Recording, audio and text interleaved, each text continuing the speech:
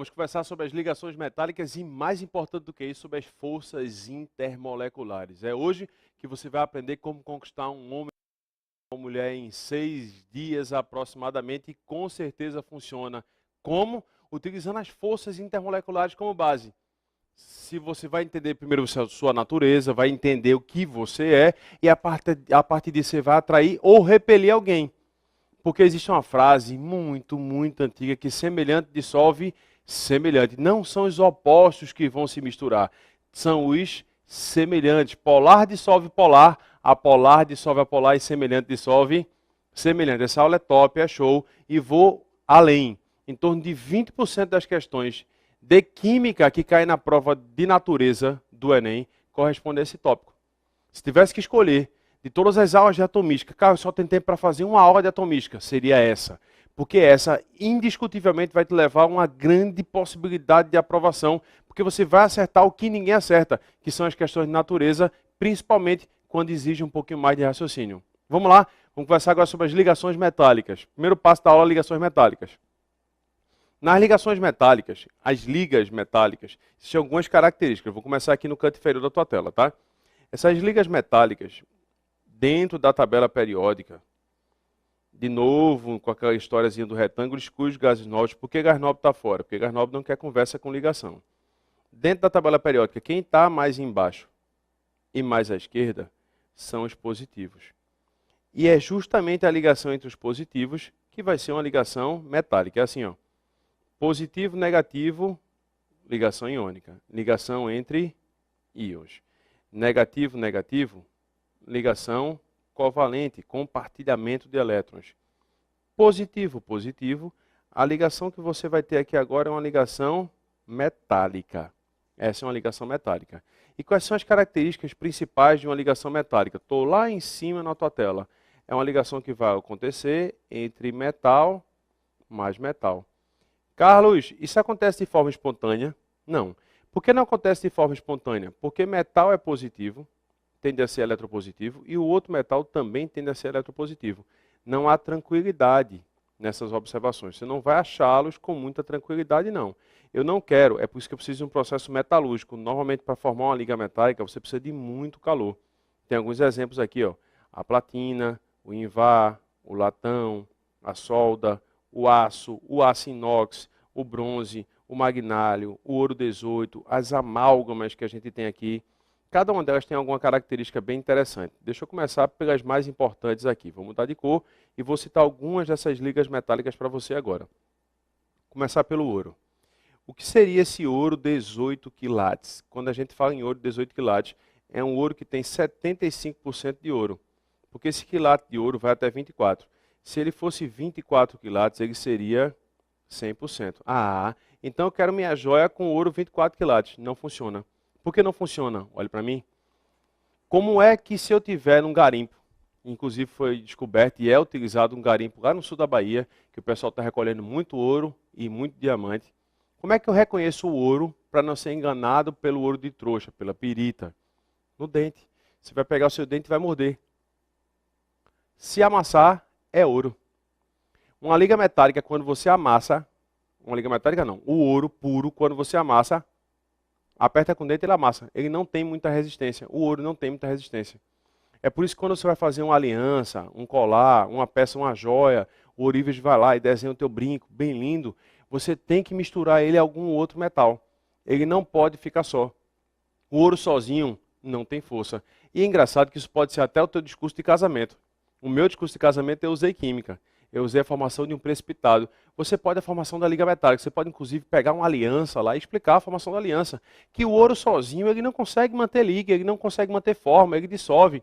Já o ouro junto com você, não vai quebrar, não vai partir, porque a resistência aumenta muito. A tenacidade aumenta. O ponto de fusão e de ebulição também aumenta. O ouro misturado, o ouro 18 misturado, aumenta muito a sua característica. E o que é o ouro 18 e por que as tonalidades de ouro? Quando a gente fala em ouro amarelo, é um ouro que você tem 75% de ouro e 25% de cobre e prata. Cobre e prata. Quase que não sai. O cobre e a prata. Só que o cobre, ele é vermelho. É o único metal vermelho.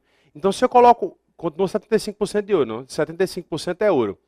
Aí eu coloco mais cobre do que prata, vai ficar um ouro mais avermelhado.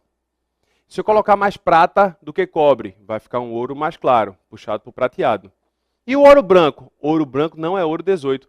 O ouro branco é uma outra liga metálica. Normalmente a gente usa o ósmio, o irídio ou a platina, que são os metais mais nobres e mais caros do que o ouro, que você vai juntar para formar o ouro branco. O ouro branco é mais caro do que o ouro, mas a maior parte dos metais são prateados, por isso que você não consegue identificar.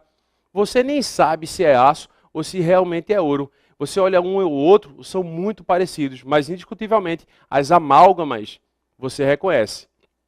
Que é uma amálgama. Uma amálgama é uma liga também prateada que o pessoal usava antigamente para fazer restauração. Eu digo antigamente porque hoje em dia o pessoal prefere usar resina, por uma questão estética. Mas a amálgama é mais resistente. Se você já foi a um dentista, ou se você tem algum dentista na família, ele vai pegar uma cápsulazinha, vai furar e vai misturar o mercúrio com outro metal, que pode ser estanho ou cobre e até prata, para formar uma amálgama. Cuidado só que o mercúrio é extremamente tóxico. Se você colocar mercúrio na corrente sanguínea, você pode matar alguém. É tanto que na época lá do faroeste, o pessoal pegava uma bala, raspava a bala, mergulhava mercúrio na bala e atirava. Se você pegasse de raspão um tiro, mesmo que não acertasse em cheio, de raspão, você já envenenou a pessoa, já intoxicou a pessoa com metal pesado, que era o mercúrio, e que dificilmente você ia conseguir reverter. Só um milagre. Febre muito intensa, convulsão e morte. Esse é o mercúrio. E o mercúrio é líquido, mas quando ele se combina, ele forma um sólido. O dentista, quando pega a cápsulazinha, o mercúrio ali dentro ainda está líquido. Quando ele quebra, que se mistura, forma uma pastazinha que ele coloca lá no seu dente e aquela pasta fica sólida. É um outro tipo de liga metálica. São as amálgamas. Carlos, e o aço? E o aço inox? Qual é a diferença entre um e outro? Deixa eu escrever para você anotar. Vamos lá na tua tela. Qual é a diferença entre o aço e o aço inox? Deixa eu apagar o que está escrito aí, para que a gente possa escrever um pouquinho mais, com um pouquinho mais de calma agora. Deixa eu apagar tudo, vamos lá. O que é o aço? Está aqui, ó. O aço é uma mistura eutética. O engraçado é que o aço é um dos poucos exemplos que a gente tem para dar a nível de ensino médio sobre mistura eutética. É uma falsa mistura. O aço é uma mistura entre ferro e carbono. É uma mistura que você tem 92% de ferro e 8% de carbono. Ei, e o aço inox? Qual é a diferença entre o aço e o aço inox? O aço inox, ele não oxida. Como o próprio nome diz, ele é inoxidável. Continua sendo ferro e carbono. Só que você vai adicionar mais dois metais. O níquel, que o pessoal chama de niquelação, e o cromo, que é a cromação. Eu vou niquelar e cromar o aço inox. Todos dois são prateados, assim como o ouro também, o ouro branco também é prateado. Por isso que você não consegue identificar entre o aço inox e o ouro branco. Ambos são prateados. Carlos, o que seria o ouro 18 mesmo que tu acabaste de falar? Escreve aí só para eu anotar. O ouro 18 é uma mistura de ouro, com 75% de ouro, mais cobre e prata. E o cobre e a prata, eles juntos dão um percentual de 25%. Você pode colocar um pouquinho mais de cobre ou um pouquinho mais de prata. O que são amálgamas? Está aqui a imagem. Está inclusive o dente. Está vendo que é prateadazinha? O que é uma amálgama? Uma amálgama é uma liga com mercúrio. Sempre que eu falo em amálgama, guarde no seu coração que você colocou o mercúrio com alguém. O mercúrio é líquido, mas quando ele se junta, por exemplo, à prata, ele forma uma liga que é sólida. São exemplos de misturas metálicas. Lembra que elas não querem ficar juntas. Aqui você tem um metal ligado a outro metal. E eu preciso de um processo metalúrgico. Eu preciso de dois íons positivos. Vou precisar de muito calor para formar essa amálgamazinha aqui. Eu vou passar um pouquinho o slide aqui para escrever agora para quem vai fazer Enem. Carlos, eu vou fazer o Enem. O que é que eu preciso saber? Tem 3 metais que você precisa saber muito sobre eles. Ferro, cobre e alumínio. Por quê? Porque fazem parte da matriz curricular do Enem. O que você puder saber sobre ferro, cobre e alumínio, pode pesquisar, porque você vai precisar. O ferro. O ferro ele pode ter carga mais 2 e pode ter carga mais 3. O cobre pode ter carga mais 1 e o cobre pode ter carga mais 2. O alumínio só tem uma carga, o alumínio é sempre mais 3. Aí eu vou mudar um pouquinho o contexto. Como é que esses metais são encontrados na natureza? Bem, se for óxido de ferro 2, vai formar o FeO. Se for um óxido de ferro 3, é o Fe2O3. Cu quando se junta com o oxigênio, forma o CO2O. E o cobre com carga mais 2 vai formar o CuO. O alumínio vai formar o Al2O3. São minérios. O óxido de alumínio, o óxido de ferro 3 são minérios. Isso aqui você chama de bauxita, por exemplo. Na prova de ciências humanas pode ser que você precise. E isso aqui você chama de hematita. É o minério do ferro e o minério do alumínio. Tão importante para a gente. O cobre, a gente não tem uma abundância tão grande assim. O cobre, novamente, você tem o Chile como um grande produtor de cobre, né? Inclusive, teve a questão com os mineiros. Ficou muito famoso as minas de cobre do Chile. São os principais minérios. Beleza. Aí eu passei pelo processo metalúrgico. Como é que eu faço para isolar, por exemplo, o ferro? Na realidade, todos eles são muito parecidos. Eu vou pegar o minério aqui de ferro, que é o Fe2O3, coloco para reagir com monóxido de carbono num forno de altíssima temperatura. Nesse forno de altíssima temperatura, você consegue reduzir. O ferro que estava com carga mais 3 vai passar a ter carga 0. O ferro fica puro e você libera gás carbônico. Se eu pegar o minério de cobre, se eu pegar o óxido de cobre, por exemplo, e fizer reagir com o CO, vai formar o cobre metálico, isso também em forno de alta temperatura, e também libera o CO2. Isso é o processo metalúrgico, para obter o metal puro. Isso aqui é o metal puro, cobre e ferro puro. E se eu quiser o alumínio, que é a bauxita, o Al2O3, reagindo com monóxido de carbono em forno com alta temperatura, vai formar o alumínio e vai liberar o CO2. O que você puder guardar no seu coração sobre ferro, sobre cobre e sobre o alumínio, guarde porque você vai precisar. Não tenha nem medo de ser feliz. Combinados ou não. Você pode formar uma liga entre eles? Pode. Mas pode não formar essa liga e ainda assim eles continuam tendo seu alto grau de importância. Aí eu quero que você entenda algo que para mim é muito importante mesmo. Quando a gente estudou tabela periódica, e consequentemente para você, quando a gente estudou tabela periódica, eu disse que existiam propriedades que são propriedades metálicas. Por exemplo, qual é o estado físico dos metais? Sólido. O único metal que não é sólido é o mercúrio, mas ele se combina e fica sólido nas ligas. Então toda liga metálica é sólida. Toda liga metálica tem alto ponto de fusão e ebulição. Você dificilmente consegue derreter uma liga. Alto ponto de fusão, alto ponto de ebulição. E o mais importante de tudo, que vai ser a diferença entre as outras duas ligações, composto metálico conduz corrente elétrica e calor, mesmo no estado sólido. Composto metálico conduz corrente elétrica mesmo no estado sólido. Anota aí uma observação importante. Anota um oi. Vamos lá. Qual é esse oi que você vai ter que anotar? Deixa eu apagar aqui, você vai anotar bonitinho agora aí. Anote uma observação mais do que importante.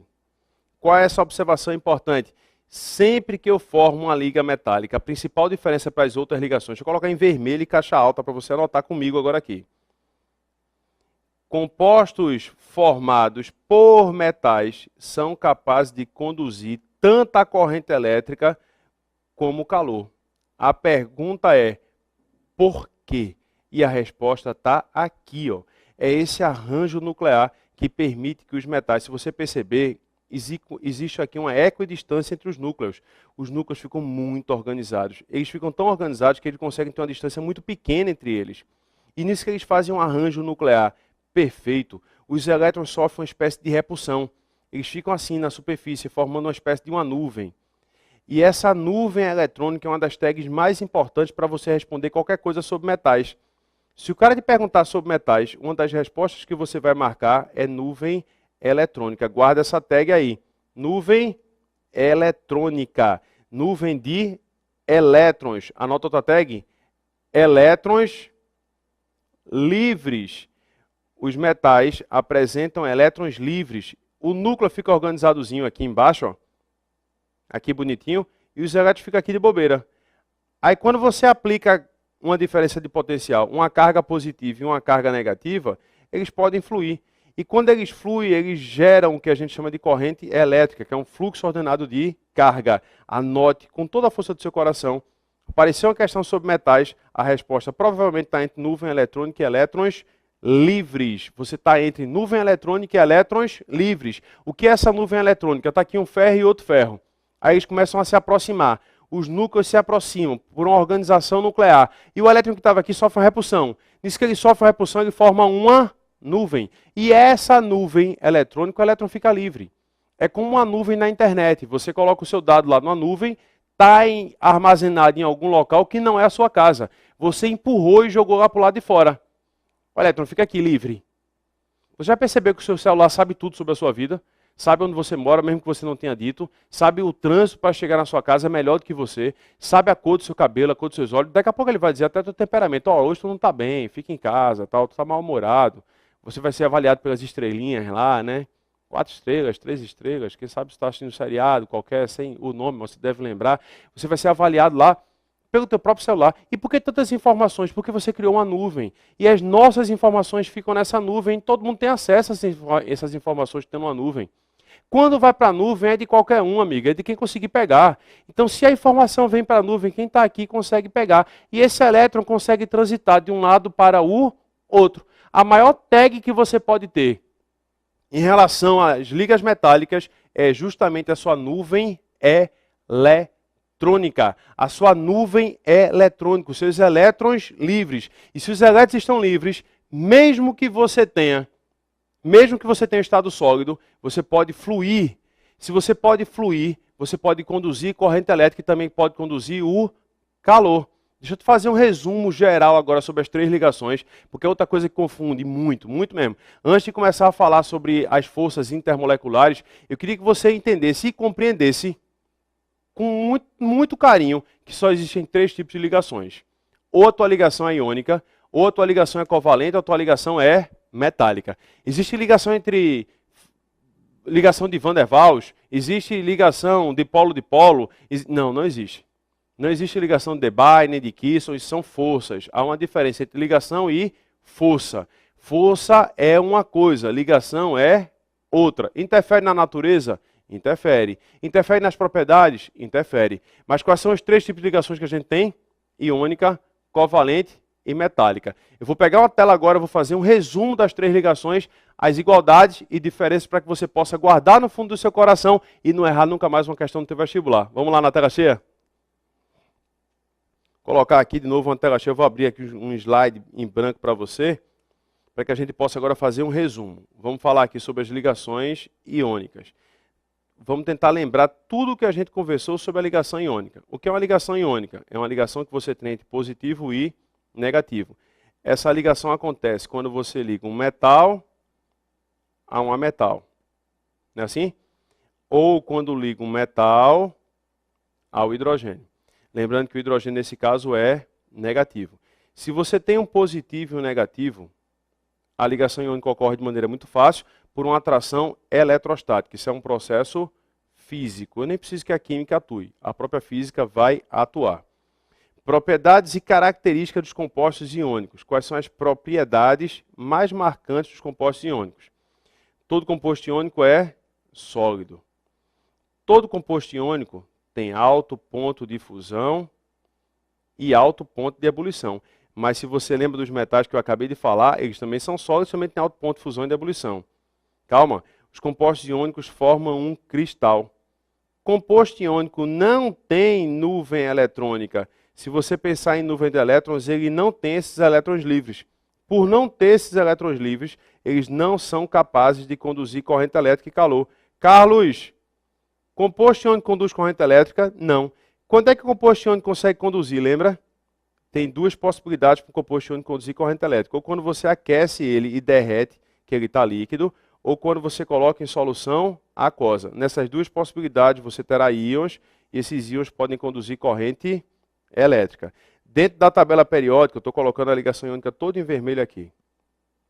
Dentro da tabela periódica, você lembra aqui dos gases nobres, gás nobre está fora, gás nobre nem ganha, nem perde nada. Não ganha e não perde nada. Dentro da tabela periódica, a ligação iônica eu vou pegar entre um positivo e um negativo. A diferença de eletronegatividade, deixa eu só apagar aqui, perdão. A diferença de eletronegatividade é muito grande, porque eu estou pegando um muito positivo e um muito negativo. Na escala de Pauling, essa diferença tem que ser superior a 1,8. Carlos, e as ligações covalentes? Como é que ficam as ligações covalentes? Vamos lá. A gente estudou as ligações covalentes também. Ligação covalente diferente da ligação iônica é uma ligação que acontece entre negativos. Eles não são atraídos um pelo outro. Então, eles vão ter que sofrer um compartilhamento de elétrons. É um processo químico, vou colocar aqui, ó. É um processo químico difícil que ocorre via compartilhamento. Eu vou ter que compartilhar. Compartilhamento de elétrons. Eu vou compartilhar meus elétrons. Aqui na ligação covalente, você tem a metal ligado a metal. Ou a metal ligado a hidrogênio, ou ainda hidrogênio ligado a hidrogênio. Quem são os ametais? Só por desencargo de consciência, quem são os ametais? Isso, os ametais COP 100 e toda a família 7A. Qualquer um deles, se eu pegar o carbono, por exemplo, e ligar ao oxigênio, é a metal com a metal, então o teu composto é covalente. Essa ligação covalente pode ser simples, pode ser dupla e pode ser tripla. Existe ligação quádrupla, Carlinhos? Não. O que é uma ligação simples? É uma ligação sigma, existe a interposição dos orbitais. O que é uma ligação dupla? É quando você tem uma sigma e uma pi. E o que é uma ligação tripla? Quando você tem uma sigma e duas ligações pi. Lembrando que a sigma é mais forte do que a pi. Composto covalente não tem propriedades marcantes, porque o estado físico pode ser variável, ponto de fusão e de ebulição normalmente é baixo. Baixo ponto de fusão e baixo ponto de ebulição, isso é um diferencial. Essa tela você precisa guardar para responder as questões do Enem. Baixo ponto de fusão, baixo ponto de ebulição. Não esqueça disso nunca, pelo amor de Deus. Baixo ponto de fusão e baixo ponto de ebulição. E outra coisa, não conduzem corrente elétrica, mesmo que você derreta, a não ser que eles sofram ionização. Então, isso aqui são diferenciais. Ele não conduz corrente elétrica e ainda tem baixo ponto de fusão e baixo ponto de ebulição. Por último, e não menos importante, nós estudamos as ligações metálicas. Você tinha aqui a ligação que era uma ligação metálica. O que é uma ligação metálica? É quando você tem dois positivos. E quem são os dois positivos da tabela periódica? Quando você liga um metal a outro metal. E esse metal a outro metal obedece a todas as propriedades dos metais. São sólidos, tem alto ponto de fusão, tem alto ponto de ebulição, conduzem corrente elétrica e não só conduz corrente elétrica, também conduz calor. Você é capaz de conduzir corrente elétrica e calor. Em geral, tem alta densidade. São compostos de altíssima densidade. Você consegue formar alta densidade aí nessa brincadeira. Se eu for puxar uma tabela periódica, se eu for fazer outro retângulo daquele, aonde é que ficam os metais na tabela periódica? Ficam no canto inferior esquerdo. Então a ligação que vai acontecer nesse bloco aqui, ó, que é o bloco positivo, é uma ligação que ocorre entre metais. E qual é a grande diferença para você identificar entre um composto e outro? Alto ponto de fusão e a condução de corrente elétrica mesmo no estado sólido. E formam ligas. Lembre-se que os metais formam ligas. Quais são os principais metais que eu não posso esquecer se eu for fazer a prova do Enem? Ferro, cobre e alumínio. Ferro, cobre e alumínio são os principais metais que você vai estar voltado para a prova do Enem. Em termos de força, aí assim, é uma comparação. Qualquer coisa, dá uma pausa rapidinho aí na tua tela, tira um print e anote tudo que está escrito aí. Quando você for resolver as questões, você vai perceber que vai precisar muito disso. Em termos de força, tudo é muito variável. O que você tem que entender é, o processo iônico é um processo físico, então não tem reação química aqui. O processo covalente é um processo químico, eu preciso que a química atue. E o processo metálico também é um processo metalúrgico e também é um processo químico. Eu preciso gerar um processo químico nessa brincadeira.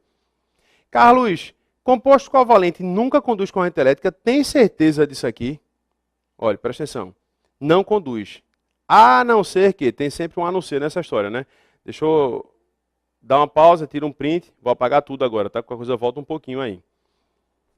Composto covalente pode conduzir corrente elétrica, diferente dos compostos iônicos é assim. Ó. Quando é que um composto iônico conduz corrente elétrica? Quando você coloca, por exemplo, na água e ele libera íons, não é assim? O fato de liberar íons permite a condução de corrente elétrica. Você conduz corrente elétrica porque você tem carga. E aqui eu tenho carga positiva e carga negativa. Mas isso é um composto iônico. E um composto covalente nunca faz isso? Nunca, nunca, nunca. É uma palavra rara na química. Vamos colocar uma caveirinha aqui. Bem bonitinha para você. E essa caveirinha lindinha vai lembrar, por exemplo, dos ácidos. Os ácidos diarrênios. Quem são os ácidos diarrênios? São substâncias covalentes e são formados por ligações covalentes. Só que, não sei se você lembra do conceito, um ácido diarrênios era qualquer substância que na presença da água era capaz de liberar um íon H+. Opa! Espera aí. Eu sou um composto covalente e tenho íons. Se eu tenho íons, eu tenho carga. Se tem carga, eu consigo conduzir corrente elétrica. Isso, consegue.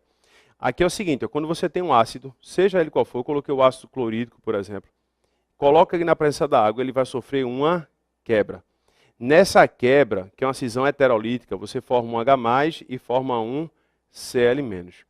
A formação desses íons permite compostos covalentes a conduzir corrente elétrica. Então vamos lá, vamos amarrar os pontos aqui. Composto iônico.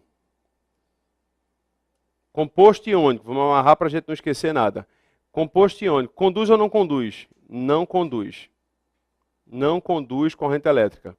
Composto covalente, conduz ou não conduz? Não conduz corrente elétrica. Composto covalente também não conduz a tua corrente elétrica. Não tem condução de corrente elétrica, nenhum dos dois tem. Composto iônico pode conduzir? Pode. Quando é que ele pode conduzir? Quando você coloca na água ou quando você derrete. Composto covalente pode conduzir? É só colocar na água? Não. Não é só colocar na água não, viu? Você só vai conduzir corrente elétrica para composto covalente se ele sofrer uma coisa chamada ionização. Composto covalente é muito mais difícil. Composto covalente ele tem que sofrer a quebra da ligação para formar um íon. Quem sofre isso, em geral, são ácidos diarrênios e algumas bases diarrênios. Só compostos covalentes para sofrer ionização tem que ser um ácido ou uma base diarrênios. É assim, ó. Quem conduz corrente elétrica sempre? Metais. Composto sólido, líquido, ele sempre conduz. Metal sempre conduz corrente elétrica.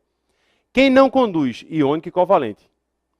O iônico, para conduzir, eu preciso fazer o quê? Colocar água ou derreter. Aí ele já conduz, todos. Colocou água, derreteu e vai conduzir corrente elétrica. Muito ou pouco ele vai conduzir corrente elétrica, sempre. Composto covalente, se eu colocar água, ele conduz corrente elétrica? Nem todos.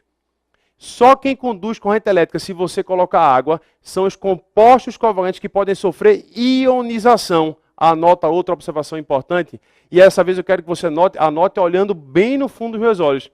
Pega o papel, caneta, ou teu tablet, ou celular, e anota uma nota, agora um keep aí importantíssima, por favor, muito importante. Compostos covalentes. Estou falando para você, vamos lá? Presta atenção, agora, olha para mim. Compostos covalentes só conduzem corrente elétrica. Composto covalente só pode conduzir corrente elétrica se ele sofrer ionização. E quem é que sofre ionização? Ácidos e bases diarrênios na presença da água. Ácidos e bases diarrênios na presença da água. Metal conduz? Sempre. Metal conduz? Sempre. Composto iônico conduz? Não. Quando é que composto iônico conduz? Água ou derretido? Lindo. Composto covalente conduz? Não. E se eu colocar água, continua sem conduzir. Ele só vai conduzir se você tiver colocado ali, além da água, um ácido ou uma base que possa sofrer ionização, a formação, a ação de formar um íon. Agora se liga que esse bloco 2 são as forças intermoleculares e a partir delas você vai definir todas as propriedades físicas dos compostos orgânicos. Um beijo bem forte no teu coração. Te aguardo na próxima aula.